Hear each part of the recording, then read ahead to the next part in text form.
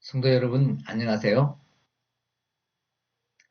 오늘은 마가복음 11장 12절에서 25절까지를 본문으로 하여 열매로 드러나는 믿음이라는 제목으로 말씀을 나누겠습니다. 전날 나귀 새끼를 타고 백성들의 환호를 받으며 예루살렘 성에 들어오신 예수님은 바로 성전으로 가셨습니다. 그리고는 기도나 다른 어떤 경건한 예식은 하지 않고 성전의 모든 것을 둘러보시고는 다시 베다니로 나가셨는데, 오늘 본문은 그 다음날 베다니에서 나와서 예루살렘 성으로 가는 도중에 열매 없는 무화과 나무를 저주하신 이야기로 시작됩니다.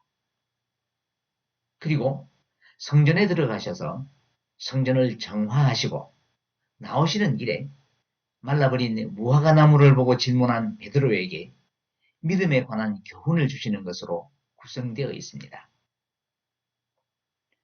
무화과 나무 저주 사건은 예수님이 고난주간에 예루살렘에서 행하신 유일한 이적인데, 지금까지 예수님이 행하신 이적과는 달리 파괴적인 특징을 가지고 있습니다. 그래서 이 사건은 성경의 난해한 구절 중에 하나입니다. 하지만 본문의 구조와 이스라엘 무화과 나무에 관한 내용을 알게 되면 쉽게 이해할 수 있습니다. 먼저 본문의 구조를 보면 두 개의 무화과 나무 이야기 사이에 성전을 정화하신 내용이 들어 있습니다. 이러한 구조는 5장에서 회당장 야이로의 딸을 살리는 기적을 행하실 때 그 집으로 가는 도중에 혈루증을 앓는 여인을 고치시는 장면이 들어있는 것과 같은 샌드위치 구조입니다. 샌드위치는 겉에 있는 빵보다는 그 속에 들어있는 내용물이 더 중요합니다. 그래서 속에 햄이 들어있으면 햄 샌드위치가 되고, 치킨이 들어있으면 치킨 샌드위치가 되는 것입니다. 마찬가지로 본문의 무화과 나무 이야기는 그 사이에 기록된 성전 정화의 내용을 중심으로 해석해야 쉽게 이해할 수 있습니다. 그리고 무화과 나무는 3, 4월이면 제일 먼저 파괴라고 불리는 설익은 열매가 맺히기 시작하고 그 다음에 잎사귀가 납니다. 그런 후에 꽃이 피게 되는데, 이러면 5월 하순부터 6월에 열매가 맺히기 시작해서 본격적으로는 8월부터 10월까지 적게는 2번, 많게는 5번까지 열매를 맺는다고 합니다. 그 열매의 이름은 테나입니다. 그래서 지난 시간에 말씀드린 바와 같이 밭베개는 설익은 무화과 마을이라는 뜻이고, 베다니는 테나의 집, 즉 무화과 열매의 동네라는 뜻이 되는 것입니다. 이러한 내용을 숙지하고 본문을 살펴보겠습니다. 12절을 읽겠습니다. 이튿날 그들이 베다니에서 나왔을 때에 예수께서 시장하신지라. 여기서는 단순히 이튿날이라고 기록하고 있지만 병행구절인 마태복음 21장 18절을 보면 이른 아침이라고 기록되어 있습니다. 따라서 예수님이 아침 식사를 못하시고 길을 나셨다면 당연히 시장하셨을 겁니다. 그래서 이 말씀을 예수님의 인성을 드러내는 증거라고 많은 학자들이 해석을 합니다. 물론 그렇습니다. 예수님은 본래 하나님이셨으나 우리와 똑같은 평범한 인간으로 이 땅에 오셔서 우리를 위한 제물이 되신 분이십니다. 그러나 여기서 시장하신지라는 말은 단순히 흙이진 상태를 의미하는 말이 아닙니다. 헬라어 원문을 보면 에페이나센이라고 되어 있는데 이 단어의 원형은 페이나오입니다. 페이나오는 굶주리게 하다, 시장하다라는 뜻 이외에 갈망하다, 열망하다라는 뜻도 있는 단어입니다. 마태복음 5장 6절의 의에 줄이고 목마른 자는 복이 있나니 라고 할 때에 줄이고가 바로 이 단어입니다. 그러므로 본문에서 예수님이 시장하시다는 말씀이 의미하는 바는 아침 식사를 하지 못하셨다면 시장하신 것도 사실이겠지만 예수님이 갈망하시는 무엇이 있다는 것을 의미하는 것입니다. 13절, 14절을 함께 읽겠습니다. 멀리서 잎사귀 있는 한 무화과 나무를 보시고 혹 그 나무에 무엇이 있을까 하여 가셨더니 가서 보신즉 잎사귀 외에 아무것도 없더라. 이는 무화과의 때가 아님이라. 예수께서 나무에게 말씀하여 이르시되 이제부터 영원토록 사람이 내게서 열매를 따먹지 못하리라 하시니 제자들이 이를 듣더라. 잎사귀가 있는 무화과 나무라면 당연히 파괴가 달려 있어야 하는데 그 나무에는 열매가 없었던 것입니다.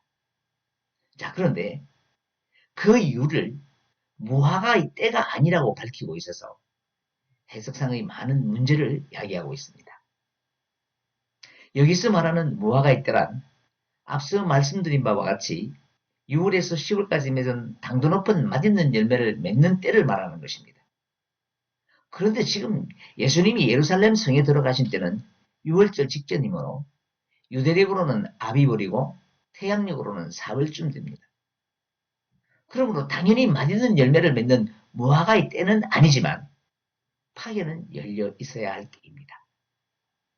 이 파괴는 즙도 많이 없고 당도도 떨어져 맛이 없지만 겨울이 지나고 먹을 것이 없는 시기이기 때문에 백성들은 그 열매라도 따 먹어야 했습니다. 그리고 그 열매가 많이 맺혀야 나중에 맛있는 열매도 많이 맺게 되는 것입니다.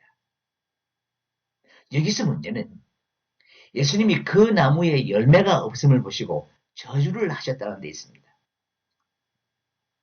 왜냐하면 저주는 메시아이신 예수님의 인품에 전혀 어울리지 않기 때문입니다. 하지만 예수님은 아무런 이유도 없이 부당하게 무화과나무를 저주하신 것이 아닙니다. 무화과나무가 열매를 맺는 것은 당연한 본분입니다. 피조물로서 창조주신 하나님께 대한 순종의 표현이라고 할 수 있습니다. 더욱이 하나님이 주시는 햇빛과 비를 맞으며 잎이 무성하게 자란 나무라면 당연히 그러한 은혜에 대한 응답으로 열매를 맺어야만 하는 것입니다. 예수님은 그 사실을 행위로서 나타나는 비유로 무화과 나무를 저주하신 것입니다. 예수님은 이러한 극단적인 행위를 통하여 하나님을 믿는 모양만 가진 채 능력을 상실한 대제사장들과 서기관들 그리고 그들의 가르침을 받아 형식주의와 의식주의적 신앙에 빠져있는 이스라엘이 장차 맞이하게 될 비참한 운명을 상징적으로 예언적으로 보여주신 것입니다. 그리고 무화과 나무는 구약 성경에서 종종 포도원과 함께 하나님의 백성인 이스라엘을 상징하고 있습니다. 그때 무화과나무 가지와 잎의 무성함은 이스라엘 백성이 하나님과의 건강한 영적 관계를 유지하여 받은 하나님의 축복을 상징합니다. 그리고 열매를 맺지 못한 무화과나무는 하나님과의 관계에 있어서 신실치 못한 이스라엘 백성, 특히 그 종교 지도자들의 위선과 외식을 비유함으로써 하나님의 심판의 대상으로 그려지기도 합니다. 대표적으로 미가서 7장 1절을 함께 읽겠습니다. 재앙이로다 나여 나는 여름 과일을 딴 후와 포도를 거둔 후 같아서 먹을 포도송이가 없으며 내 마음에 사모하는 처음 익은 무화과가 없도다. 미가 선지자는 이스라엘의 의가 없음을 통탄하여 처음 익은 무화과가 없도다라고 말씀하신 것입니다. 그러므로 본문에서 잎만 무성하고 아무 열매를 맺지 못한 무화과는 바로 이스라엘의 외식적이고 열매 없는 삶을 보여주는 것입니다. 그리고 헬라어에서 시간을 나타내는 단어는 크로노스라는 일반적인 시간을 의미하는 단어도 있는데 무화과의 때가 아님이라고 할 때는 어떤 결정적인 시점을 나타내는 카이로스라는 헬라어 단어를 사용했습니다. 이것은 열매를 맺지 못한 이스라엘이 그리스도의 오심으로 이루어진 하나님 나라의 백성이 되는 때를 놓침으로써 하나님의 선택된 백성이기를 포기했음을 나타내고 있는 것입니다. 그래서 예수님의 무화과 나무를 저주하는 행위는 그 당시 이스라엘의 영적 상태를 심하게 꾸짖고 경고하신 것입니다. 사랑하는 여러분, 예수님의 이 경고를 엄중하게 받아들이시기 바랍니다. 특별히 이제부터 영원토록 사람이 내게서 열매를 따먹지 못하리라고 하신 예수님의 말씀을 더욱 무겁게 받아들이시기를 바랍니다. 왜냐하면 이 경고는 무성한 잎을 가진 무화과 나무처럼 겉으로는 신앙 고백을 하며 신실한 성도의 모습을 가지고 있지만 오직 형식과 의식에만 치우치고 실제로는 어떤 신앙적 열매도 맺지 못하는 오늘날의 성도에게도 동일하게 주어지는 심판의 경고이기 때문입니다. 15절, 16절을 함께 읽겠습니다. 그들이 예루살렘에 들어가니라. 예수께서 성전에 들어가사 성전 안에서 매매하는 자들을 내쫓으시며 돈 바꾸는 자들의 상과 비둘기 파는 자들의 의자를 둘러보시며 아무나 물건을 가지고 성전 안으로 지나다님을 허락하지 아니하시고 무화과나무를 저주하고 예루살렘으로 들어가신 예수님은 바로 성전으로 가셨는데 여기서 말하는 성전이란 성소나 지성소가 아닌 이방인의 뜰을 말합니다. 당시 이스라엘 남자는 반드시 1년에 3차례 성전에 와서 제사를 드려야 했습니다. 그리고 출애굽기 30장에 의하면 20세 이상의 모든 유대인 남자는 반드시 성전세를 내어야 하는데 그 성전세는 유대인의 화폐인 세겔로 바쳐야 했습니다. 그런데 전 세계에 흩어져 사는 사람들까지 모이다 보니 그들이 사용하는 화폐를 세겔로 바꿔야 했습니다. 원래 제사 때 사용할 여러 기물과 재물을 매매하는 장소나 환전소는 감람산에 있었습니다. 그리고 그것의 관리는 대제사장이 아닌 사내들인에서 했었는데 가야바가 성전 내의 이방인의 뜰로 그것을 끌어들여서 그 가족들에게 관리하도록 하여 엄청난 폭리를 취했던 것입니다.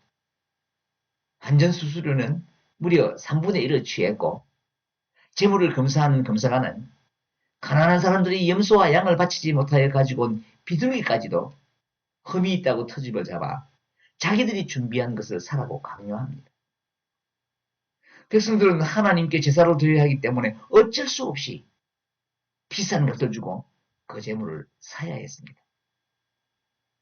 이러다 보니 하나님을 찬양하고 경배해야 할 성전에서 참된 예배와 기도는 사라지고 성전이 종교적인 권력을 가진 자들의 탐욕을 채우는 것으로 변해버린 것입니다.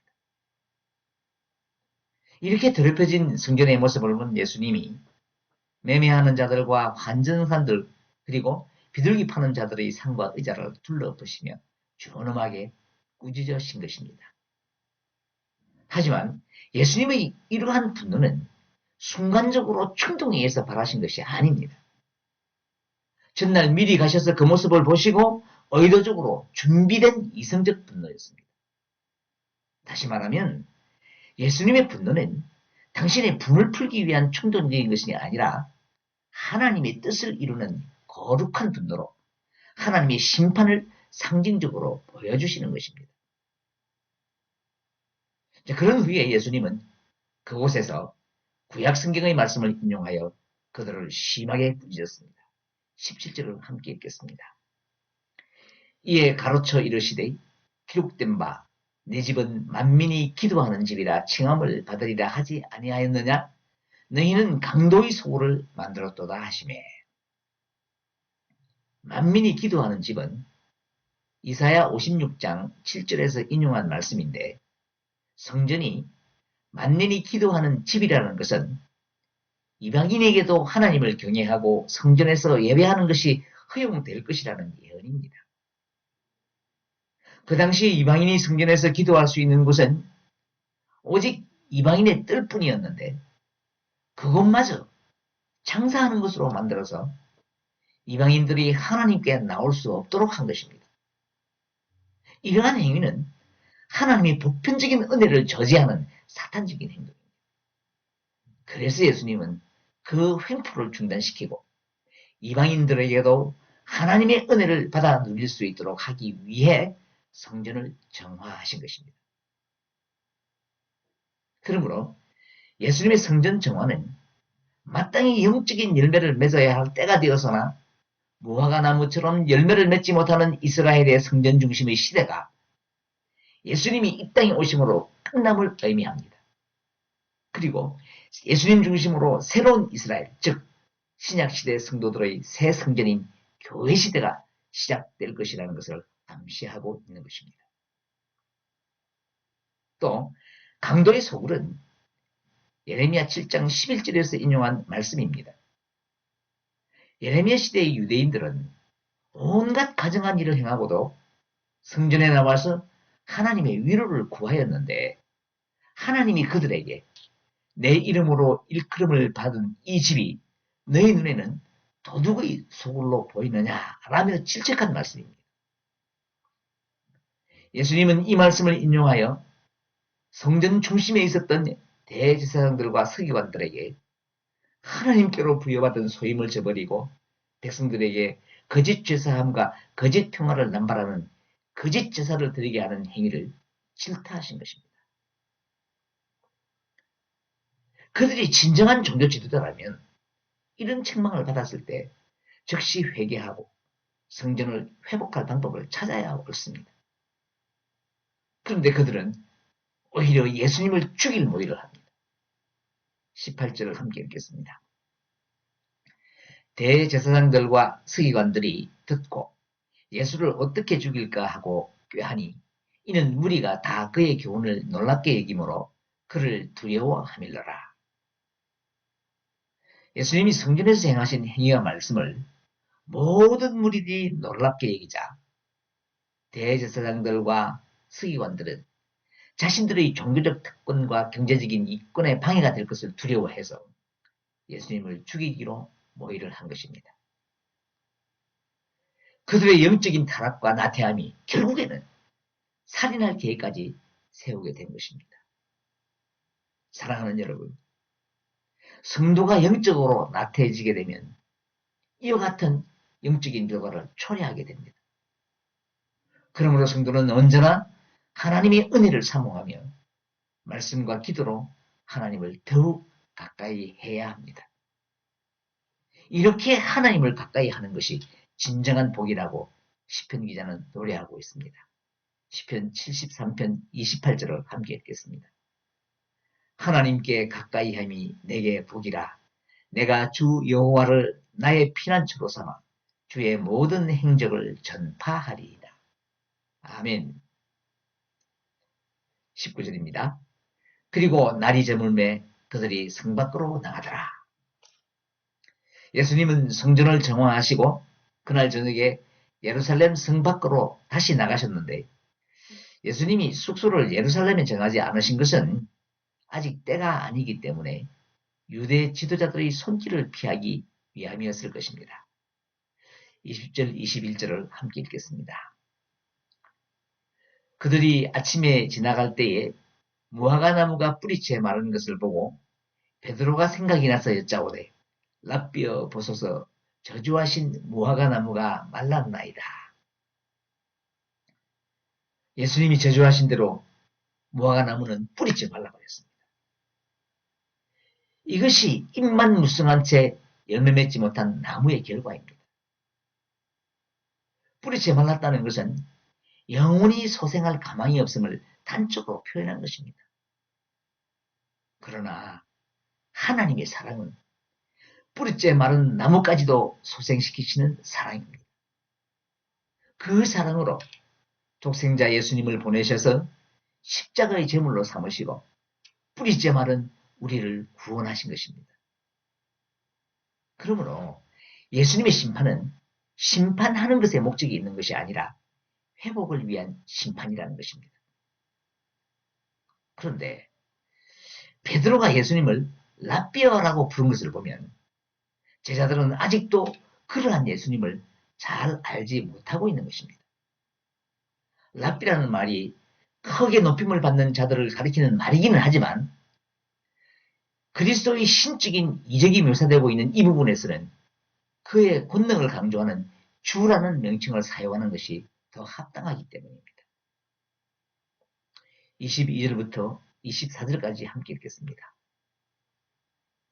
예수께서 그들에게 대답하여 이르시되 하나님을 믿어라. 내가 진실로 너희에게 이르노니 누구든지 이 산더러 들리어 바다에 던져지라 하며 그 말하는 것이 이루어질 줄 믿고 마음에 의심하지 아니하면 그대로 되리라. 그러므로 내가 너희에게 말하노니 기도하고 구하는 것은 받은 줄로 믿어라. 그리하면 너희에게 그대로 되리라.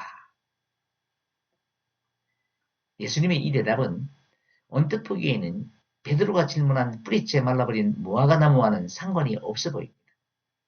그러나 이 말씀은 성전을 심판한 후에 나타날 새 영적 원리와 질서에 대한 가르침과 함께 믿음의 열매를 맺을 수 있는 방법을 알려주신 것입니다. 구약성경에서 산을 옮기는 것은 하나님 자신만의 일이며 산이 옮겨지는 것은 마지막 때에 일어날 특징으로 예언되어 있습니다. 그리고 성전은 기도의 처소이고 백성들의 기도를 응답하시며 백성들의 죄를 용서하시는 곳이기도 합니다. 그런데 하나님이신 예수님이 그 성전의 심판을 선언하시며 이제 당신의 죽으심을 통해 영적 이스라엘 백성의 새 성전을 건축하려는 것입니다. 그 새 성전은 바로 신약교회입니다. 결국 예수님은 무화과나무를 저주한 사건을 통하여 교회의 핵심적인 설립 요건을 설명하신 것입니다. 마른 무화과나무는 이스라엘의 생명력 상실을 의미하는 것이고 그 근본 원인은 하나님을 믿는 믿음의 결여였습니다. 그래서 교회의 반석이 될 제자들에게 제일 먼저 하나님을 믿으라 라고 명령하신 것이고 성도는 제일 먼저 그 하나님을 진정으로 믿음으로써 신앙의 열매를 맺을 수 있는 것입니다. 그리고 그 믿음으로 이 산이 들리어 바다에 던져지라 하면 그대로 이루어진다고 선언하셨는데 많은 사람들은 이 말씀을 자신이 소원하는 바를 의심하지 않고 믿으면 이루어진다는 것으로 이해를 하고 있습니다. 이렇게 긍정적인 믿음을 가지는 것은 좋지만 말씀의 본질과는 맞지가 않습니다. 지금 예수님과 제자들이 있는 감람산은 예루살렘 성전이 있는 시온산입니다. 그러므로 이 산이 심판의 바다에 던져진다고 한 것은 성전의 파멸을 비유적으로 말씀하신 것입니다. 이 말씀은 스가랴 선지자의 예언을 예수님께서 인용하여 말씀하신 것입니다. 스가랴 14장 4절부터 6절까지 함께 읽겠습니다. 그날에 그의 발이 예루살렘 앞 곧 동쪽 감람산에 서실 것이요 감람산은 그 한가운데가 동서로 갈라져 매우 큰 골짜기가 되어서 산 절반은 북으로 절반은 남으로 옮기고 그 산 골짜기는 아셀까지 이를지라. 너희가 그 산 골짜기로 도망하되 유다왕 우시아 때에 지진을 피하여 도망하던 것 같이 하리라. 나의 하나님 여호와께서 임하실 것이요 모든 거룩한 자들이 주와 함께 하리라. 감람산이 그 한가운데가 동서로 갈라진다고 하는 것은 성전의 심판날이 닥쳐올 것에 대한 예언입니다. 이 예언은 AD 70년에 그대로 이루어집니다. 로마에 의해 이스라엘이 패망하고 성전은 완전히 파괴된 것입니다. 그리고 그날에 하나님이 임하신다는 예언대로 지금 예수님은 감람산에서 이 사실을 말씀하고 계신 것입니다. 그렇다면 이 사실을 믿고 성전에 대한 미련을 버리고 믿음으로 기도할 수만 있다면 하나님은 옛 성전에서 드린 제사와는 비교가 되지 않는 전 인류의 대속물이 되신 예수 그리스도로 말미암아 우리의 죄와 허물을 용서해 주신다는 것입니다. 그러므로 신앙의 열매를 맺는 두 번째 방법은 기도하며 기다리는 것입니다. 그런데 우리는 기다리지 못하고 쉽게 낙심합니다. 이런 우리에게 주님은 말씀하십니다. 기도하고 구하는 것은 받은 줄로 믿어라. 그리하면 너희에게 그대로 되리라. 우리의 기도가 정당한 기도라면 하나님은 우리가 알지 못하는 때에 반드시 응답하실 줄 믿습니다. 25절을 함께 읽습니다. 서서 기도할 때에 아무에게나 혐의가 있거든 용서하라. 그리하여 하늘에 계신 너희 아버지께서도 너희 허물을 사하여 주시리라 하시니라. 예수님이 성전을 정화하시고 스스로 유월절 제물이 되신 이유는 우리의 죄악을 용서하시고 구원하시기 위함입니다. 그러므로 예수님은 우리를 용서하고 구원하기 위하여 지불된 대가인 것입니다. 이것이 하나님의 공의입니다.